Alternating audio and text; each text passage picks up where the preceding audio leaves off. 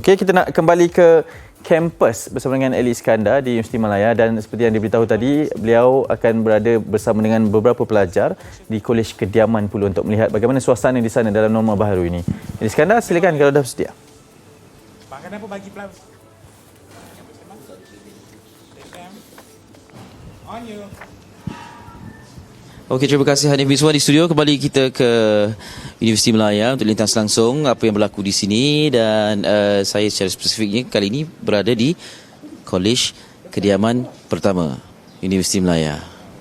Dan di belakang saya ini adalah himpunan penghuni kolej pertama ini, yang sebenarnya sepatutnya kolej ini menerima seramai 452 orang, tetapi hari ini hanya menyaksikan sekitar 46 orang sahaja yang datang secara selepas buat pendaftaran dan kemudian mendaftar secara fizikal untuk masuk ke kolej pertama ini. Jadi ini keadaannya cukup lengang dan sunyi, dan apa yang anda lihat sekarang ini ialah sesi mendapatkan sarapan pagi, dan kalau anda lihat pematuhan SOP yang cukup baik sekali dalam kalangan penghuni di sini, dan yang memakai pakaian seragam biru, kuning dan merah itu adalah dipanggil sebagai pemudasyara kolej, pemudasyara mahasiswa untuk kolej pertama ini. Jadi ini situasinya, begitu tertib, begitu teratur, dan kalau anda lihat ini adalah barisan untuk pelajar perempuan, dan di hadapan saya ini sepatutnya lelaki, tapi bilangan pelajar lelaki di kolej ini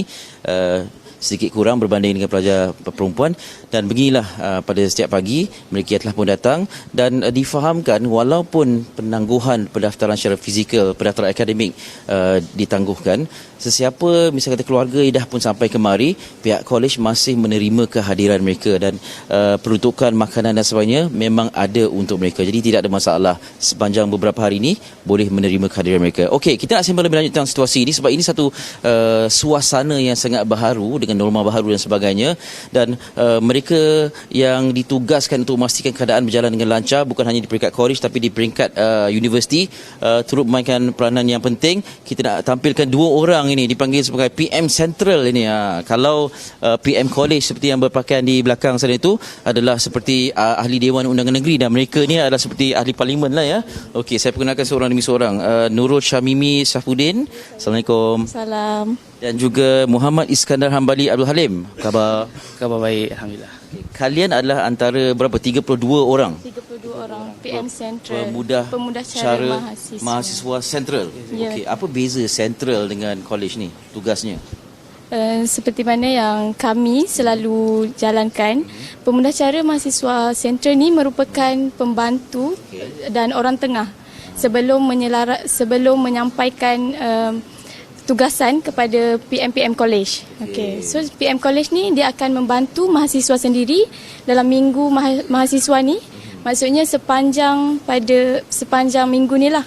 Macam tu. Okey. Dan bilangan lebih 4,000 ni kalian yang kendalikan 32 orang. Menang tangan tak? Kita seperti tahun-tahun sebelum ni, kita sudah bersedia untuk menyambut kedatangan sebanyak 4,000 ke 5,000 orang pelajar secara fizikal. Namun kita akur dengan tahun ini, kita pada mulanya seperti biasa 4,000 hingga 5,000 orang pelajar. Namun dengan norma baru ni, kita masih lagi menyambut walaupun ada yang daftar secara online, dan kita juga menerima kedatangan secara fizikal mengalu-alukan. Dan untuk kata menang tangan ke tak, kita dah bersedialah daripada awal. Persediaan dah dilakukan secara sebulan lebih awal untuk menerima kedatangan pelajar-pelajar baru. Mungkin kali ini sebabkan penangguhan tidaklah begitu sesak berbanding tahun-tahun sebelum kan. Ini tahun keberapa jadi PM Central? Ini saya tahun kedua. Saya sebelum ni PM College, dan tahun ni saya PM Central. Naik pangkat lah ya. Okey, baik. Apa antara cabaran tahun ini untuk mengendalikan pelajar-pelajar yang baru masuk kemari? Okay, cabaran pada tahun ini adalah seperti tahun-tahun sebelumnya, kita menerima 4,000 ke 5,000 orang pelajar, tak ada halangan. Maksudnya berterusan dari pagi sampai ke petang, datang berpusu-pusu orang. Tapi tahun ni kita terpaksa akur dengan keputusan KPT untuk menjalani secara online. Jadi pelajar-pelajar yang datang lebih sedikit, dan kami dapat mengawalnya dengan lebih baik. Okay. adakah sebarang kesukaran untuk mengendalikan tugas anda dengan norma baharu ini, dengan SOP yang perlu dipatuhi? Kalau melibatkan kesukaran, kami sudah bersedia daripada awal seperti yang saya nyatakan tadilah.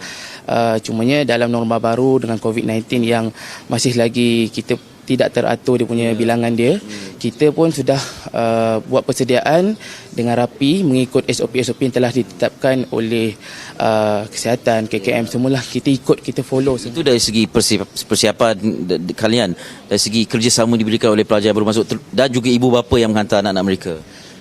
Pelbagai positif feedback yang kita dapat daripada ibu bapa dan pelajar dengan kehadiran mereka lah.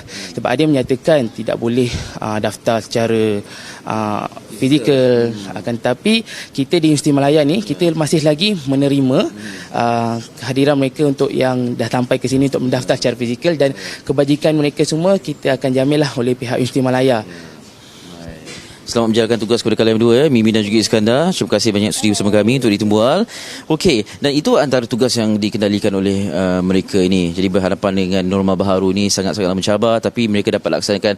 Nampak tak PMPM College ni dengan begitu berdisiplin sekali, ya. Mereka ni bukan saja mengendalikan situasi ketika di sini, malah mempunyai satu WhatsApp group juga untuk berkomunikasi dengan pelajar yang belum sampai ke college tentang apa yang berlaku dan sebagainya, dan difahamkan ada juga sesi secara maya yang dilakukan untuk mengeratkan hubungan antara penghuni college di sini. Okey, selain daripada pelajar, penghuni, PM Central dan juga college ini, kita nak tanya jugalah pensyarah di sini bagaimana keadaannya. Saya nak bersama dengan Dr. Iskandar. Hari ini banyak Iskandar, ya. Dr. Iskandar Abdullah, pensyarah kanan Jabatan Kimia Fakulti Sains Universiti Malaya. Assalamualaikum, Doktor. Assalamualaikum warahmatullahi. Apa khabar? Baik. Terima kasih banyak studio bersama kami di saat-saat akhir ini. Okey, kita tahu tentang keadaan ini kan, dan kita dengar tentang kelas online dan sebagainya. Setakat inilah melalui tempoh pandemik ini, bagaimana pengajaran dan pembelajaran secara online ni? Banyak cabaran je, Eli. Especially dari segi bila pelajar tu online, kadang-kadang dia tutup video, kita pun tak tahu dia orang ke mana. Kan? Satu lagi, kita ada juga beberapa program yang kita rasa sesuai untuk online, tapi ada yang tak sesuai untuk online buat masa ni. Tujuan kenapa saya cakap situ, sebab kita kena fokus kepada makmal, kita kena fokus pada klinikal dan juga pada studio yang memerlukan hands on dan juga face to face. Dalam masa yang sama, kita juga tengok pada soalan-soalan exam yang ada sedia sekarang. Kita rasa perlu ada pembaharuan. Jadi kenapa? Sebab bila kita buat soalan exam, mereka ada berada face to face, jadi tak boleh nak tiru. Jadi bila kita pakai soalan yang lama, kita hantar pada diorang untuk online exam, diorang boleh Google je. Jadi Mr. Google, Dr. Google adalah sedia untuk membantu. Maknanya kalau kita istilah dulu, kita bagi toyol lah. Jadi sekarang ni sebab secara online, kita tak tahu di sebelah mereka ada peranti lain untuk mereka gunakan sebagai rujukan. Okey, jadi itu antara cabarannya lah, dan barangkali ada penambahbaikan dari aspek itu. Dan bila kita bercakap tentang doktor sendiri kan, mengajar subjek sains kan, jadi hands on tu sangat-sangatlah perlu. Jadi adakah sebarang tata cara atau SOP kalau pengendalian di dalam makmal dan sebagainya? Untuk SOP di dalam makmal, kita dah sediakan, especially SOP yang khusus on top of SOP MKN dan juga NADMA yang sediakan. Tapi disebabkan oleh arahan oleh kementerian, jadi kita terpaksa tangguhkan kemasukan pelajar-pelajar senior ke dalam makmal juga. Jadi untuk semester ni kita tak ada face to face di dalam makmal. Tidak ada face to face dalam makmal, jadi secara online juga. Okey, soalan terakhir saya, bagaimana sebagai pensyarah memberikan motivasi kepada pelajar ni, kerana kita tidak bersemuka, tidak berdepan secara fizikal, untuk betul-betul menghadiri kelas dan semangatnya sama seperti mana ketika menghadiri kelas secara fizikal? Itu agak mencabar. Itu memang soalan yang mencabar, Eli. Jadi pada saya, apa yang saya boleh buat is kita sentiasa kena teruskan mereka sentiasa berhubung, especially dari segi WhatsApp, dari segi Telegram yang kita ada, dan juga kita try untuk sediakan kaedah-kaedah baru untuk lebih interaktif dengan pelajar, dan juga pelajar pun lebih terasa dekat dengan pensyarah masing-masing. Ini juga menjadi motivasi kepada pensyarah juga ya untuk mencari pendekatan baru lah. Doktor, terima kasih banyak sudah bersama kami. Ya, selamat menjalankan tugas secara maya atau secara fizikal. Ya, Dr. Iskandar Abdullah, pensyarah kanan Jabatan Kimia Fakulti Sains Universiti Malaya. Okey, jadi ini situasinya sangat-sangat tenang dan kita harapkan kolej lain juga dan universiti lain juga yang menerima kehadiran para pelajar yang mendaftar ataupun yang tiba dan tidak ada kesempatan untuk pulang dapat dikendalikan dengan sebaik-baiknya, dan rakan-rakan yang meneruskan gerakan siswa jaga siswa itu satu yang sangat-sangat murni, dan semoga dapat juga berkomunikasi dengan pihak universiti agar segala pengurusan itu dapat dikendalikan dengan sebaik-baiknya, dan kita doakan yang terbaik sama ada bagi pelajar maupun bagi kaki tangan universiti atau institusi pengajian tinggi di negara kita. Okey, itu saja daripada saya, perkongsian tinjauan di Universiti Malaya. Kembali ke Seri Bentas.